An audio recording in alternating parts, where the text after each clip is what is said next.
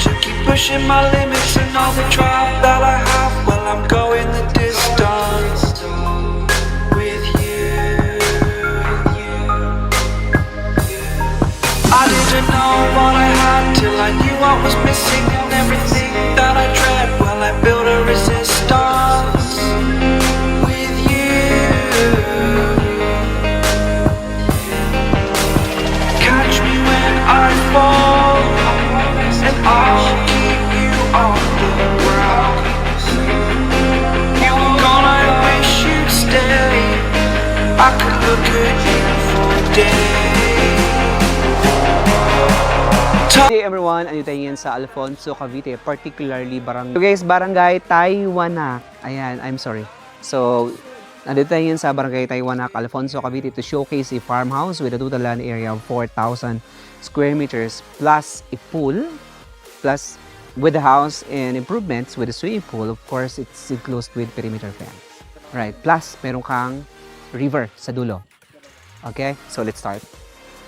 So you have a concrete parking area, and then right here meron kang mga mature trees, ayan, tulad ng mga mangga and etc. And of course doon sa dulo, okay, viral house yung dulo because one of celebrity doon po siya nag-check-in na lang, okay, for a very long days. All right, okay, so anyway, the property is fully fenced. As you can see, it's concrete fence.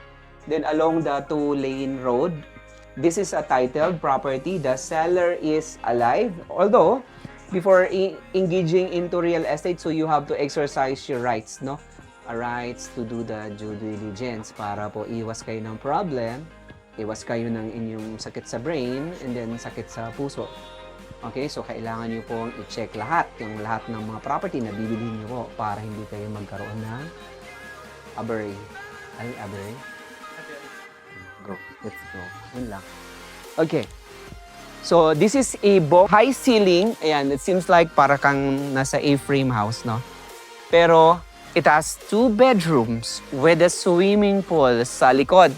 Mayroon kang napakagandang lounge area. Plus, very nice yung area. This is elevated kasi overlooking doon sa dulo, may access ka sa littoral rights. Okay, you have that littoral rights. Okay, so you have steps over here. Okay, andito yung greens, meron kang water fountain. Then, ito yung pinaka-entrance. Alright, so silipin muna natin sa likod. Okay, follow me. So, ito yung paligid. Ang daming bunga. Alright, mayroon kang mangga, may avocado, alright, mayroong santol, anong to? Apple mango, Indian mango.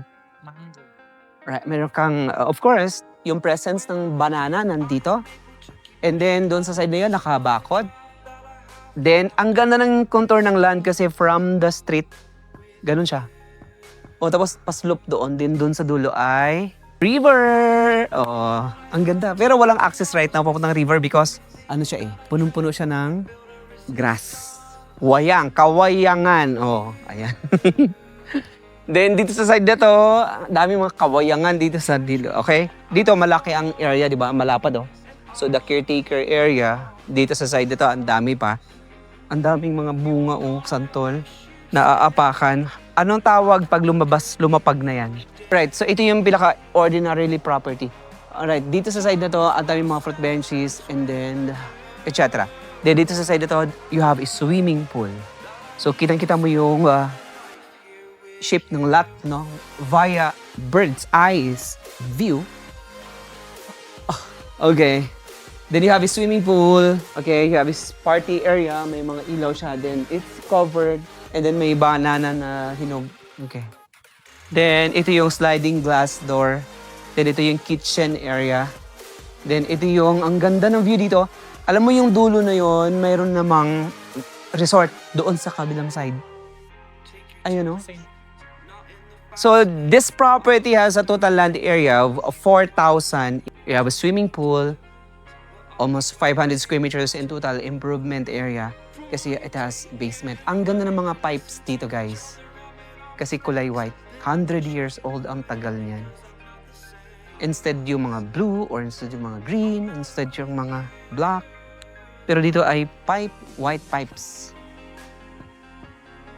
Di ba? Ang taas. Then, yung blue naman sa tubig.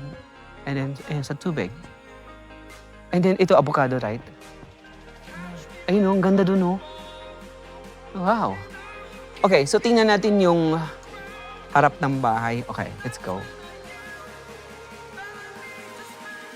Right. So, this one is selling in the market for 30 million pesos. If you're interested or anyone interested, message us today on the numbers visible on the screen. Let's go. Alam mo, kapag nanood ka ng mga farmhouse, para ka nasa Pilipinas, no? Ang sarap, no? Kahit nasa abroad ka, pero nanonood ka ng mga farmhouses, yung attachment, no? Yung mula ka sa isang lugar na kabundukan, right? Ang ganda, oh. Right. Anyway, ito yung pinakaharapan ng bahay. Ayan. Right. But unfortunately, sarado siya right now. Kasi this is i-invite lang tayo ng ating mga agents and liaisons. Pero gagawa natin ang paraan, guys. So, ayan, hihingi tayo ng mga photos ng loob. So, ma-appreciate nyo yung inside of the property. But you know, ang may value talaga dito yung laki ng land. Because land appreciates the value over time.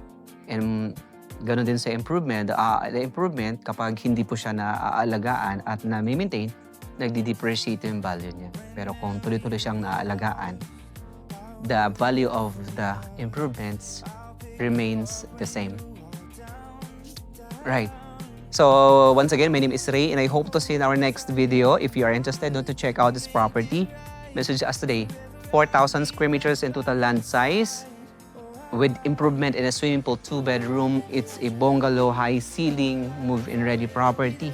Dito po sa Taiwanak, Alfonso, Cavite na may magandang elevation. Malamig ang paligid at easy access papuntang bypass, papuntang Metro Manila. And napakaganda ng location nito because sa paligid na to, madami talaga mga farmhouses.